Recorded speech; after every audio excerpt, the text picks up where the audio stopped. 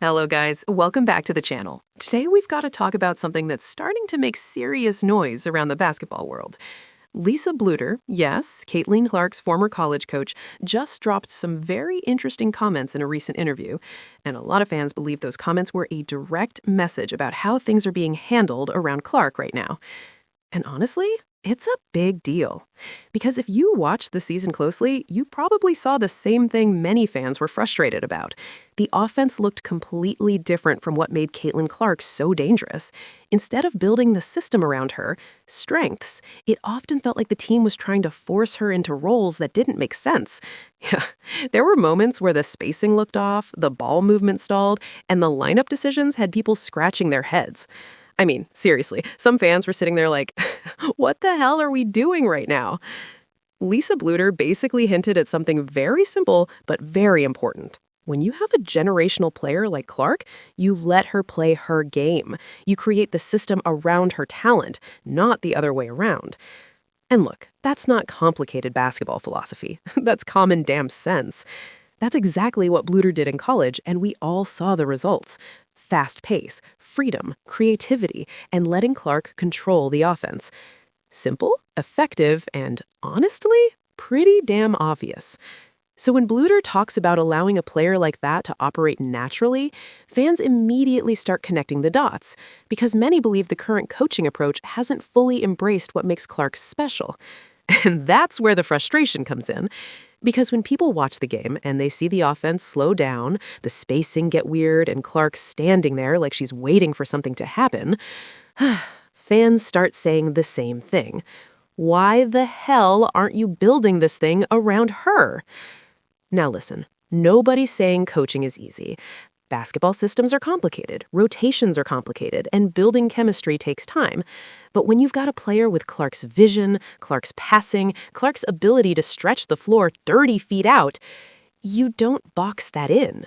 You unleash it. Because if you don't, well, you're basically taking a damn sports car and driving it like it's stuck in traffic. So when Bluder talks about letting a player operate naturally, fans hear something deeper in that message. They hear experience, they hear confidence, and maybe, just maybe, they hear a little bit of frustration too. Now the big question becomes this: will the team adjust the system moving forward, or will the tension between philosophy and talent keep creating problems? Because in sports history, we've seen this story before. Sometimes teams adapt to greatness, and sometimes they fight it. And when that happens, yeah, things can get messy as hell. So let's listen to what Lisa Bluder actually said in that interview, because her words might explain a lot about what's really going on behind the scenes. And give us some clues about what conflicts might be brewing between the team. Like, this kid is special. Well, her first year, it was COVID. So she played in front of nobody. I mean, there was, nobody in the stands except for cardboard cutouts and things. So it was really unusual that not people didn't get to see her play. And then her sophomore year, that's when the first time people were coming into the gyms again and got to see her. But her junior year was when she really broke out. We knew we had something special just from seeing her in practice every day, the minute she stepped foot on campus. But I don't think the world got to see her until really her junior year. What do you think is, I'm so curious about this because coaches have such a unique insight into the mind, the talent and the physicality. Like, you see them on such a personal level on a day-to-day basis. What is the thing with her that is the difference maker? That's the differentiator that can put her into the stratosphere that she's earned. Yeah, she's an unbelievable competitor. And I don't care what you're playing. And she was a great soccer player. And she really I know, I've heard that. Yeah, and she attributes a lot of her passing angles to learning that on the soccer field. And it's so true. Like, she is the best. Every time, 3-point shooting, she is the best passer. It's amazing. And so she attributes a lot of that to soccer. But competitiveness, like, I don't care if you're playing checkers, if you're playing Uno.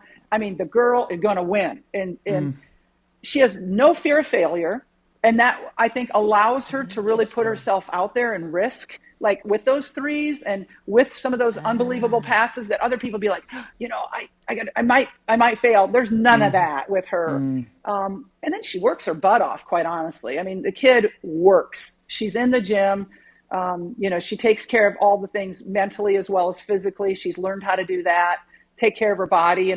First she didn't maybe eat the best. She's better at all those things now. As she's rising and you're seeing this cultural shift, I know, Coach, you're such a big proponent, which is why we love you, of team culture and chemistry. And like, how did you balance all that? And maybe I've heard stories of Caitlin being very engaged in that as well, like recognizing that, I've got to also shine some light on my teammates. Yeah, and she didn't understand that at first. And that was one of the things we really had to work on, was because, and I don't blame her. She comes from a high school where she did everything. She came from an AAU program where she did everything. And now she's expected to come to a university and share the wealth. It's different, right? And it's a mindset that's got to change a little bit. So we really worked hard on that. And we tried to explain to our players, listen, when her light shines, it shines on all of us. And we're all going to have more opportunities because of her. And so we really had a lot of frank, open conversations about this stuff. And we did it all the time. It wasn't like a one-time thing, one time, okay, let's have a little seminar on culture building. We believed in it. And we did, I think we did culture building every day. We did team meetings every week where we really dove into kids and what made them tick and how do you hold your teammates accountable? And how are you when people hold you accountable? How do you act? So all those things are so important to culture building. Yes. And we did a ton of it. I was telling. First things first, we all know what Caitlin Clark brings to the table. Her passing ability is something the league has rarely seen. She came into the WNBA and immediately started breaking assist records and making plays that most players wouldn't even attempt. Her vision on the court is special. We're talking about the type of creativity that reminds people of legendary passers like Magic Johnson. Yeah, that's the level of confidence she plays with, and that's exactly the point Lisa Bluder was making. She said something that really jumped out, that Caitlin Clark has no fear of failure. Think about that for a second.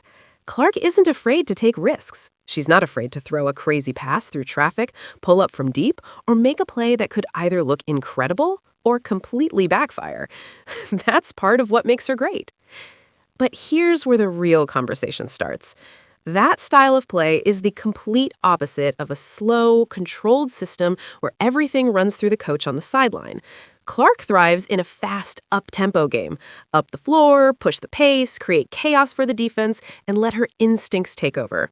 That's when she's at her best. And honestly, when you watch it happen, you almost sit there thinking, holy shit, how the hell did she even see that pass? Lisa Bluder basically explained it perfectly. When you have a player like that, you have to live with the risks. She's going to take some deep shots. She's going to try passes that look impossible. Yeah, sometimes they're going to look crazy as hell, but if you allow her to play freely, the payoff is incredible. That's exactly what we saw during her time at Iowa Hawkeyes women's basketball. When Clark's system is working, everybody benefits. Look at the players around her. When she's pushing the pace and creating opportunities, her teammates get open looks, easy buckets, and suddenly everyone's production goes up. It's like the whole damn offense wakes up. The spotlight spreads across the entire team. That's the effect a generational playmaker can have. You've seen it happen before. When the offense flows through Clark and everyone understands their role, the game becomes exciting, fast, and electric. The ball moves, the crowd gets into it, and the team starts stacking wins. But when that identity gets disrupted, everything starts to feel out of sync.